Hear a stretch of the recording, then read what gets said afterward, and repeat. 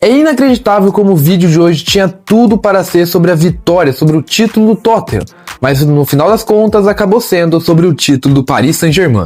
É isso mesmo, no vídeo de hoje iremos falar sobre a conquista da Supercopa da UEFA pelo PSG de forma dramática, 2-0 pro Tottenham, empatou nos pênaltis, enfim.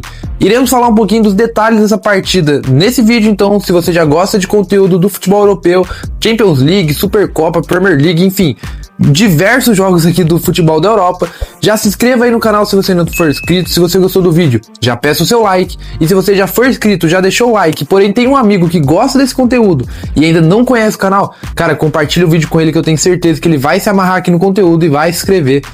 Eu peço muito sua ajuda, que ajuda muito aqui o canal, estamos rumo aqui a 1.800 inscritos, então sem mais delongas, bora analisar esse jogo que foi um jogaço. Bem, para falar bem a verdade, eu não tava botando muita fé nesse jogo não, eu achava que ia ser uma vitória até que meio tranquila do Paris Saint-Germain, que ao meu ver, aos meus olhos, era amplo favorito, porque digamos que o Tottenham não foi nada bem temporada passada e o PSG fez o que fez, né? Apesar de ter perdido o Mundial de Clubes da forma que perdeu, eu achei que ia ser um jogo tranquilo, apesar também de ser início de temporada, ainda as duas equipes estão pegando no tranco. Mas o que vimos no primeiro tempo foi um jogo totalmente o oposto do que eu esperei. O Tottenham dominou, o novo Tottenham de Thomas Frank, né, técnico novo, já mostrou as suas, como que fala? Pô, eu perdi.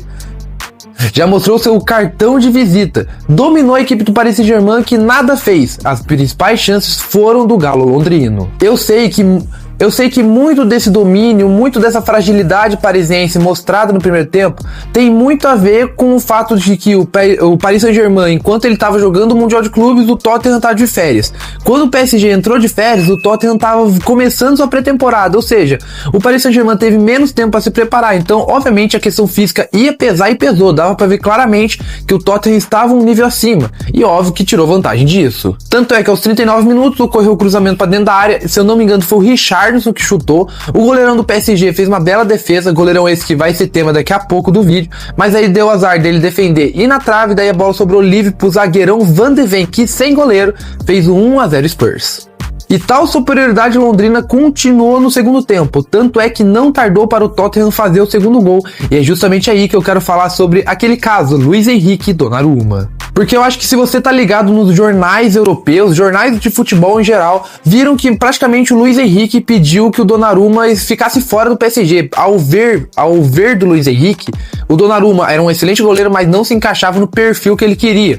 Porque sejamos sinceros, o Donnarumma é um goleiro muito bom, foi decisivo na última temporada, mas com os pés ele deixa muito a desejar. E o jogo do Luiz Henrique passa muito pelo goleiro saber jogar com os pés.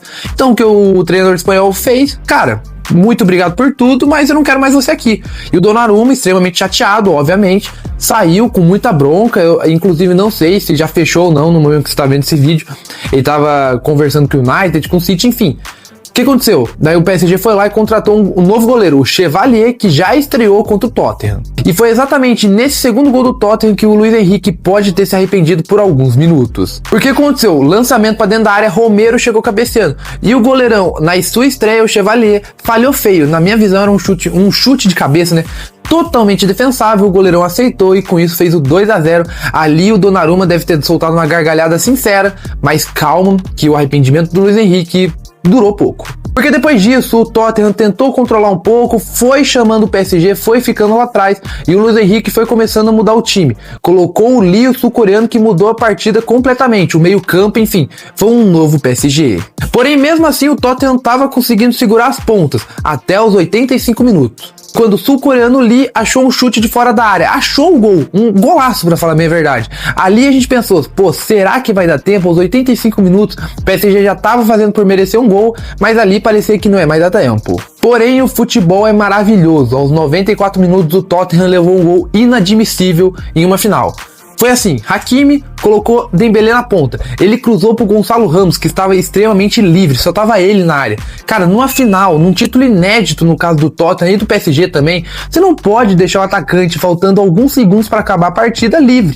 Aí o Gonçalo Ramos, sem goleiro, sem marcação, sem nada, empurrou pro fundo da rede e fez assim o 2-2, levando a disputa para os pênaltis. Daí nesse caso o que você espera? Um PSG extremamente confiante, um Tottenham extremamente abalado, porque querendo ou não, tava 2-0, o Tottenham tinha tudo pra ganhar essa taça nos 90 minutos e foi lá e levou empate. Mas o que aconteceu? Solanke converteu a primeira cobrança e o Vitinha, que não costuma desperdiçar, foi lá com o jeito tradicional dele bateu pra fora. Com isso o Tottenham estava na vantagem.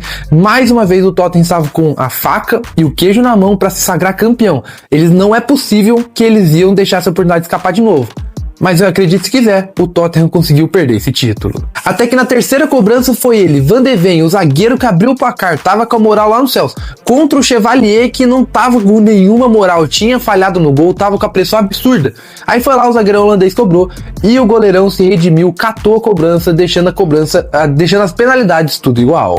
E daí na cobrança seguinte, o Tottenham de quase campeão foi pra quase perdedor, porque o Matt Stell cobrou pra fora uma cobrança muito ruim, e com isso deixou o PSG tranquilo para se sagrar campeão depois de uma ótima cobrança do Nuno Mendes, que mais uma vez se provou muito bom cobrador, né? Já tinha se provado, né? Um bom cobrador na Eurocopa, que acertou o ângulo, acho que, se eu não me engano, na disputa contra a França, na Nations League contra a Espanha, e agora contra o Tottenham, mais uma bela cobrança muito segura, e assim o PSG se sagrou pela primeira vez em sua história super campeão da Europa. Mas assim, falando agora do Tottenham, eu ficaria até que meio que orgulhoso, né, se eu fosse torcedor dos Spurs dessa partida. Apesar do vacilo no final, pô, o Tottenham da temporada passada nunca que faria um jogo tão bom quanto o PSG como esse. As impressões são boas e o futuro é animador. O Thomas Frank é um baita técnico, olha o que ele fez com o Brentford. O Brentford por muito tempo foi uma pedra no sapato do Big Six, ou seja, eu não coloco o Tottenham como candidato a título de Premier League,